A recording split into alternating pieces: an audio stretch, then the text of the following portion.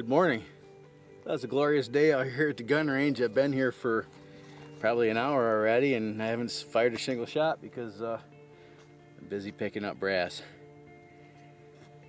And if that's all I did out at the gun range, it would be a good day. But I got a target set up. I got a firing line at 7 and 15 yards.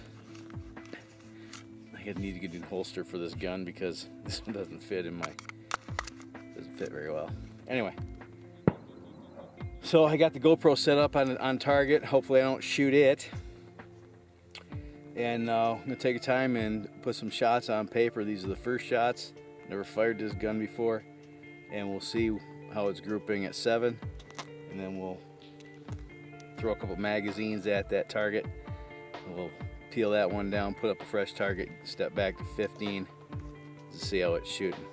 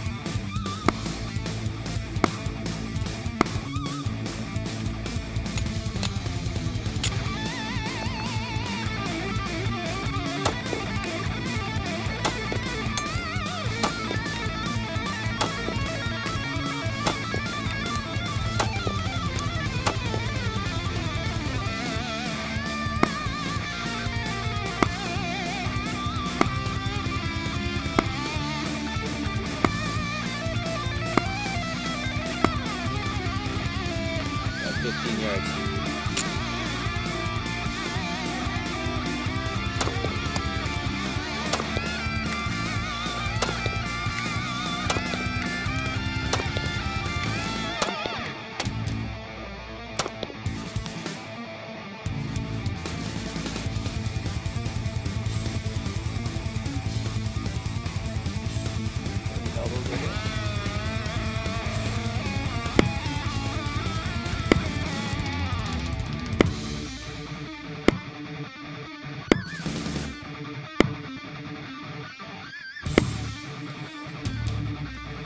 Well, let's go back to the bench and have a discussion.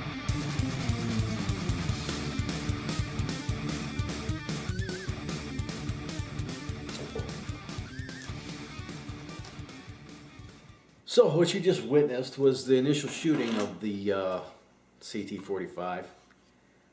And I don't know if you could tell or not, but I was a little bit disappointed in what I was seeing from a shooter's perspective.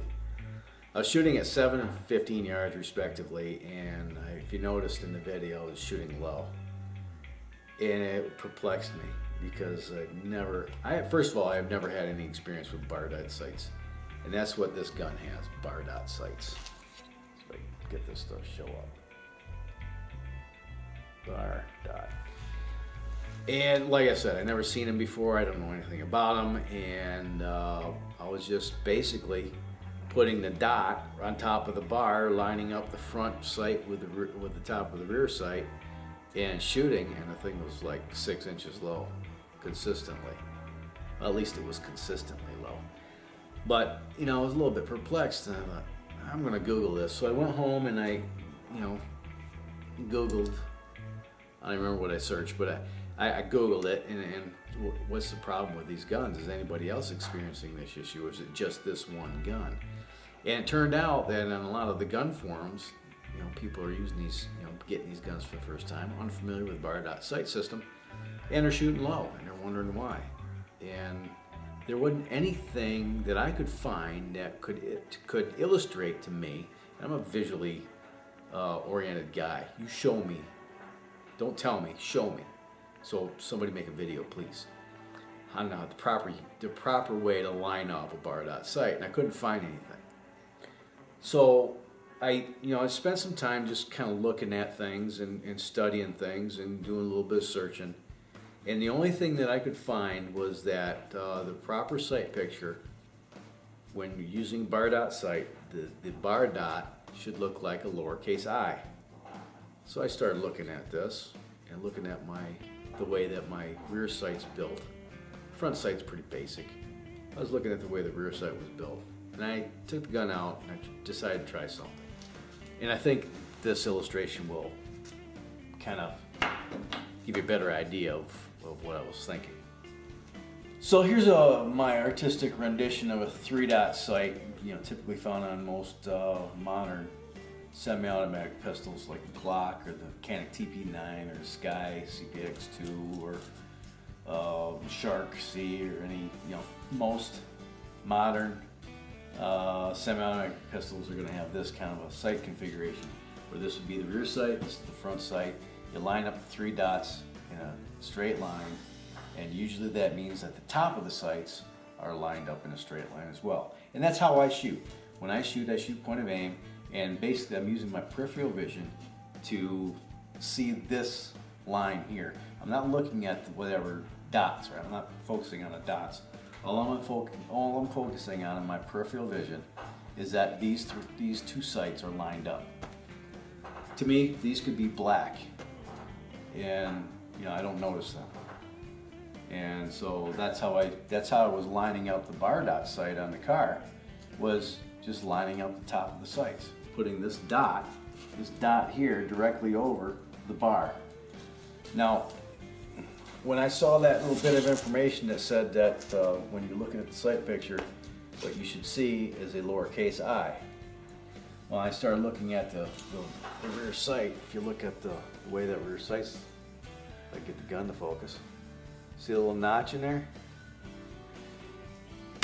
That's illustrated right here. So, where this comes up to a point, I thought, well, what if I took and lined the center of that dot up with these 2 points? That looks like a lowercase I, doesn't it?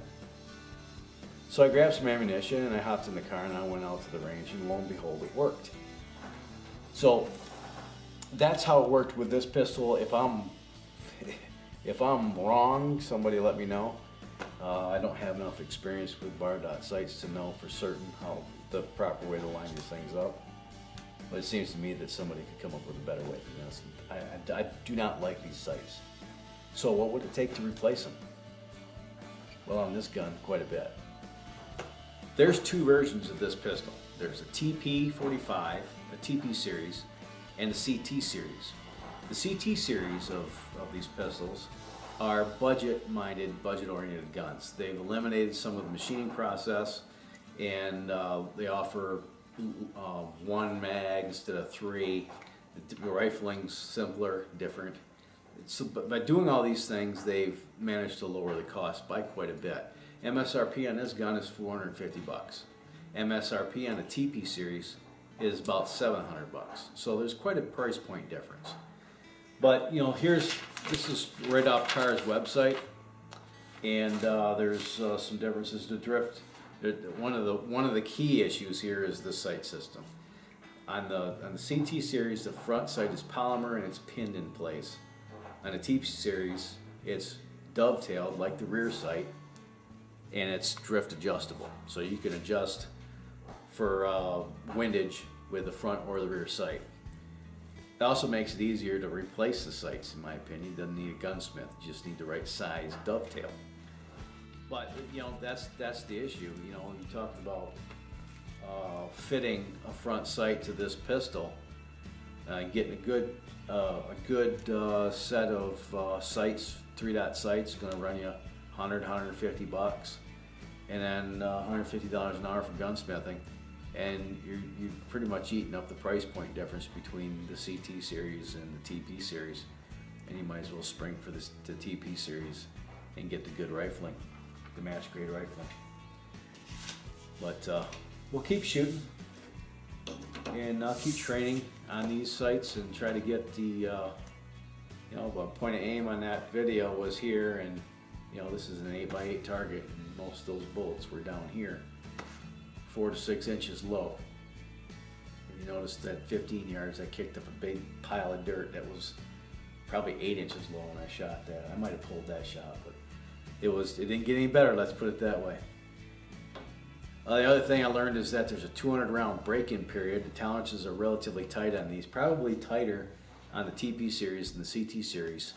But 200 round break-in period, that's why you haven't seen me make any videos on this gun in the last month, because I wanted to wait until I had at least 200 rounds through this thing. I got about 230 rounds through it now, and it shoots, I think it shoots better. I took it out yesterday and I ran about 50 rounds through it, and it seemed to behave relatively good. I was shooting at golf balls up on the berm at 25 yards, and using that method that I just showed you, lining up the sights, I was hitting the golf ball at 25 yards. That's a pretty small target with a pistol, and I was in the ballpark, excuse the pun, and actually hit the golf ball a couple.